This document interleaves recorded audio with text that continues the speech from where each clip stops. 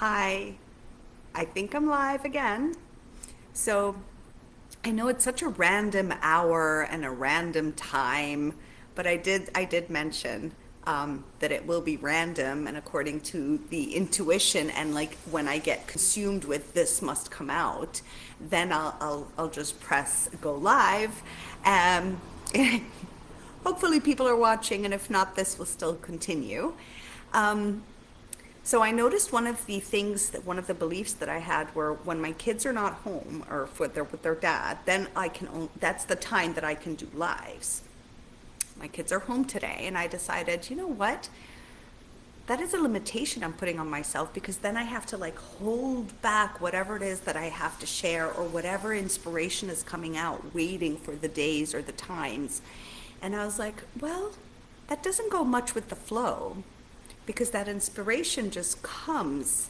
And when it comes, it's so profound that holding it in for 2 days, 3 days for the right timing isn't really working well with me. So I decided to challenge myself today and do it. So if I get interrupted, just know that this is the way, just what a single mom is all about. Um, and it's okay. It's okay to have those limiting beliefs that I had, and I'm stepping right into them at this moment and going through with what I truly want to share with you. So today I wanted to express something that did come to me a few days ago. Today is a rainy day, but a few days ago it was beautiful, hot and sunny, and I decided to take the girls to the beach, and it was lovely being there. And I was in this of course, I went into the water and I did my water stuff and I talked to the water and I just enjoyed myself. But at the same time, there was like an observer me that was there. And it was such a profound observer version of myself where I started to just, which I usually do. However, it was so intense. I was observing everyone on that beach, the people coming, the people going, the different nationalities, the different backgrounds, couples, families, singles. It was so entertaining at some point. And as I observed all these people and observed myself observing these people, it dawned on me. I saw like there was this couple that was sitting in front of me, and she had come out of the water to her partner who was sitting on a chair tanning and just got like obsessive with spraying like tanning protection lotion all over him. He just sat there. He didn't even move or flinch or even smile. And she was just like pouring this tanning and smiling and laughing. And I looked at that and I thought, how amazingly interesting. I wonder what she's thinking and I wonder what he's thinking. Because for sure, they're both thinking of themselves, right? They're both thinking about wondering what is the other person perceiving this as, or thinking, I hope they feel loved by my action, right? She's thinking, I hope he feels loved by my action, my attention, because I need to see that I am loved.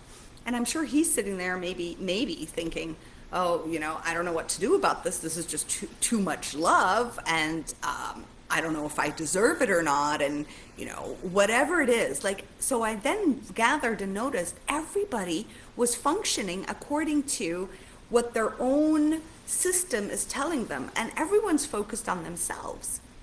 There was another couple in the water, and they looked like they were just dating, and they were standing further apart, and he was trying to impress her, and she was like, quiet, and then she shares, and in that too, I was like, she's in her head and he's in his head, right? Wondering what the other person thinks of the other. And so many other examples. It was just so many people that I was observing, and it dawned on me, the truth and the reality is that everyone is so busy in their own minds. Everyone is so trapped in their own thoughts, trying to wonder what the other person thinks of them, trying to figure out, like, where do I fit? Do I look pretty? Do I look good? Do I not? Like, everyone is busy with themselves, trying to figure out what the people in front of them are judging them about, or how do they see them. So when most of our lives is spent on us wanting others to see us, wanting to be seen, wanting to be heard, The other people that we want that information from, we want to be seen by, are busy in their own heads wanting to be seen. And now, as a previous people pleaser and a codependent, I must share this because I was so busy people pleasing so much in hopes of being appreciated, valued, felt my worth, seen by this person, that I jumped through hoops all the time, trying out many different things. However, how they were seeing me was not necessarily the way I wanted to be seen. Is it making sense? Because they have their own paradigm, their own history, their own way of thinking. So everyone is busy wanting to be seen by others, and those others are busy wanting to be seen too, right? And so people pleasers are like, I'm here, I see you, but it may not be the way they want to be seen. But the only reason we want, as people pleasers, want others to see that we see them is only because we want to be seen too. Is this making sense? Does this make sense? So at the end, our true desire is we want to be seen. That's why we're people pleasing so much, right? We too want to be seen, and others want to be seen. So I started to think about like how I've been like constantly waiting for my family to see me, to appreciate me, to value me. And it dawned on me then, I'm like, but they're waiting to be seen also. They have their own limiting beliefs. They have the shadow self that they're working through. They have things that they're not even half aware as I am, probably because of how much work I've been doing and how much I am into this field, right? So I have more awareness, but it doesn't mean that I'm free of it, right? But I just have more awareness. They don't. They're trapped. They're trapped in that seeking, right? And nothing is satisfying no matter how much attention, because the true thing is, the true freedom is when I can see me. This is the thing. This is the jewel. This is the aha moment. If I am able to see me, then I'm not concerned about the other person seeing me, because I can see me now. I can see my shadow, my limiting, my wonder, my lovely side, my not so lovely side. I start to engage with myself, where I am more interested in seeing myself to evolve, to release, so that I can have more compassion for me and for others. Not in neediness of others, that neediness for them to see me so I can finally see me, which never works. And I've done it most of my life, where I'm like constantly needing other people to please other people so they can finally see me so I can see me. But when they did see me, I just didn't see me still, because it wasn't enough. Because the true value is when I see me for me. And that is how I found peace, that inner peace, that freedom of worrying about other people's judgment, in a sense. Like, and that is freeing, not to worry about other people's judgment. If I feel like dancing in the rain, I will. Contemplation. Oh, this is my Richard Rudd meditation. So everything, there's like this kind of freedom that comes with when all of a sudden you flip the mirror and you're like, I need to start to see me. I can't expect it from others. They're so busy in their own hell and their own limiting beliefs and their own shadow self, which we all have. We're all going through self-doubt. We shame ourselves, we blame ourselves, we don't know if we're right or wrong. We have such a hard time taking decisions. We're so invested in how others see us. Do I look pretty? Did I say the right things? Did I do this? Why did this person not call me back? Was I wrong? Like, this is human. This is like, we all go through it. There's nothing wrong with you, right? The only thing that would add to your peace is when you come to realize that all my limiting beliefs, all my little traumas, all that I'm experiencing of self-doubt and self-shame and blame and arguing with myself and going through anxiety because of the amount of self-doubt I have and all that, everyone's going through it, whether it's as heightened as you or less heightened, and they all go in intervals during the day. So everyone is so busy internally. Like, if I've always expected my father to see me. When this dawned on me, I'm like, wow, interesting. He's so busy in his world trying to like decipher the world, right? And what to do, and if he's loved, and if he's seen, and if he's appreciated, and all the limiting beliefs and shadow self. So my expectation to be seen by others and those I love to see me means they have to be so empty inside. They have to have resolved so many of their own beliefs so that they can see me, because then they have clarity to be able to see me because they see themselves. Now, once I have started seeing myself and spending time with self and figuring out for me and working and aligning and doing all the work, I am less judgmental on others because I have less judgment on self. I am less opinionated because I have a less opinionated force about myself and my beliefs. Like, I don't hold strongly to them because they shift and change. As I evolve, they shift and change. When I see an angry person, I get it. I feel it. I know it because I have come to terms with my anger because it's from a place of pain, my rage. So now I have more compassion. It's not that I'm going to be there taking care of them like a people pleaser, but I'm going to understand and have compassion, and I will react differently. I might step away. I might say, oh, I feel for them and send a prayer for them, but I don't necessarily have to engage anymore or get into the defense mechanism or fight and argue. I just release. And this only happens when one has found internally themselves, where you see you, where you come to terms with your own beliefs and understand yourself and heal yourself through that. Not because there's an end result. The end result is just inner peace, right? Inner peace, where I'm not like consumed. And when I get consumed, for me to be so aware that I'm being consumed by thoughts, right? And these thoughts, most humanity go through, no matter where they are in life, the billionaires or the poorest, all humanity is functioning in the same paradigm. And we are breaking free of that as we all realize and notice that we're the only ones that need to start to see ourselves, to understand our pain and our trauma, not hoping and waiting for others to see us because we're people pleasers and codependents. The neediness, and you'll feel it in your body. I need to connect. I need to get in touch with someone. There's this neediness, this urgency, this I'm scared to be alone.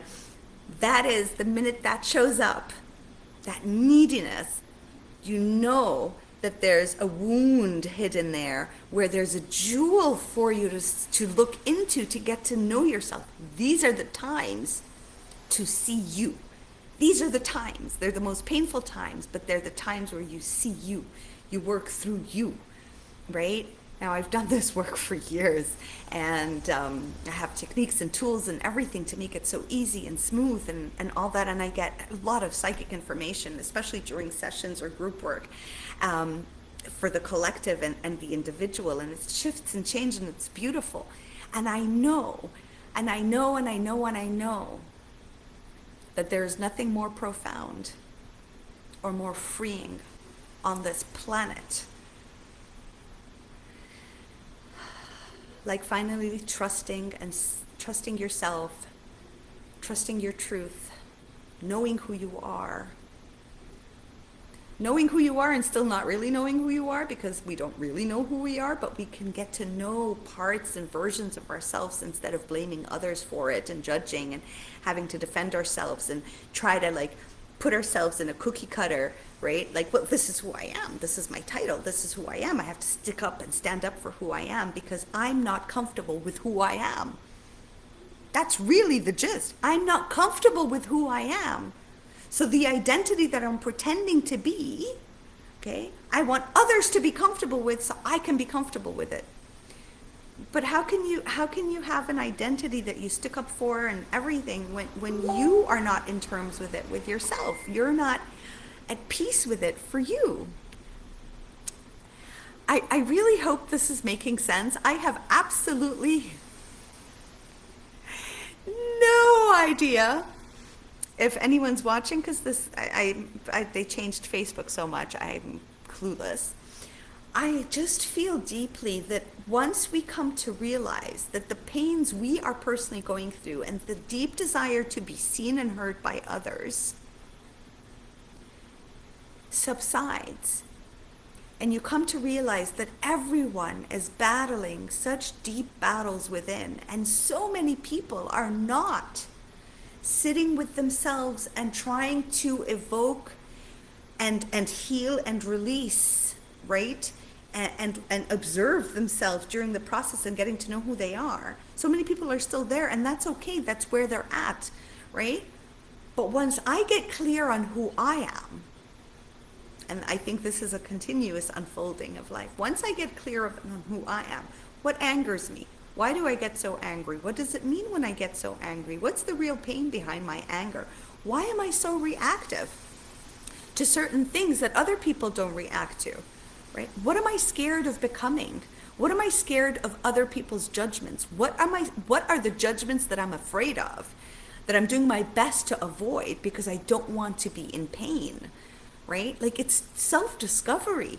It's self-discovery, right? And I think this is what we're meant to do here on planet Earth, or at least at this time period of our lives. This is what we are being given the gift of self-discovery, the gift of finding that inner peace, of being cool with who you are, no matter what version of you shows up at any given time.